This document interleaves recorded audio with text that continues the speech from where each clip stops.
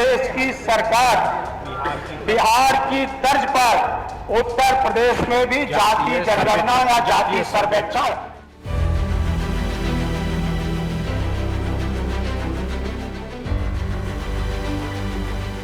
क्या यूपी में जातिगत जनगणना होगी?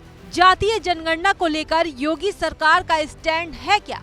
इन सवालों का जवाब जानना तो हर कोई चाहता है, लेकिन विरोधी पार्टियां इसे लेकर काफी मुखर हैं। यूपी में खासकर सपा, जो कि जाति जनगणना को लेकर डबल इंजन की सरकार पर दबाव बना रही है। अखिलेश यादव की पार्टी लगातार इसे लेकर पूरा जोर लगा रही है। एक बार फिर ये मुद्दा यूपी विधानसभा के शीतकालीन सत्र के तीसरे दिन उठा। शुरुआत सपा विधायक संग्राम सिंह यादव ने की। उन्होंने इस मुद्दे को लेकर सदन में संग्राम छेड़ दिया। संग्राम सिंह यादव ने बिहार सरकार का उदाहरण देते हुए सरकार के कृषि मंत्री को घेर लिया और सरकार से पूछा, क्या बिहार की तरह यूपी में भी जातिगत जनगणना सरकार कराएगी? 75% आरक्षण देने पर विचार होगा।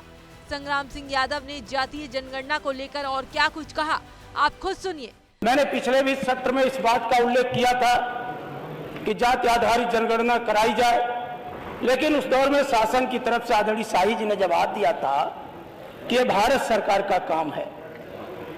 और हमने जब बिहार की बात कहा था तो उन्होंने कहा हम बिहार से उदाहरण नहीं ले सकते। लेकिन मुझे बताते हुए आपके बीच अपार खुशी है कि बिहार सरकार ने हिम्मत दिखाई और जाति आधार पर जनगणना भी कराया, सर्वेक्षण भी कराया।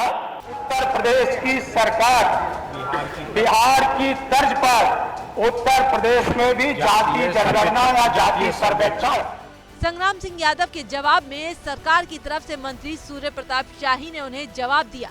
कहा कि लालजी वर्मा जी जानते हैं कि बिहार में जातीय जनगणना नहीं हुई है। शाही ने आरोप लगाया कि सपा की संविधान में आस्था नहीं है। ना तो डॉक्टर राम मनोहर लोहिया, ना डॉक्टर भीमराव अंबेडकर पर आपका भरोसा है। इन दोनों ने कभी भी जाति की बात नहीं की। तो लालजी वर्मा जी जानते हैं कि बिहार में जाति जनगणना नहीं हुई है और इसीलिए उन्होंने आगे से ये बात बताई कि आप जाति जनगणना की बात न करो। और सुप्रीम कोर्ट में जाति जनगणना नहीं गई है। आपने पता नहीं कहां से नोट करके लाए और ला करके आपने अपने विचार व्यक्त करिए सुप्रीम कोर्ट के आधार पर। भारत में भारतीय संविधान लागू है, यद्यपि आपका संविधान में कभी भरोसा नहीं रहा है।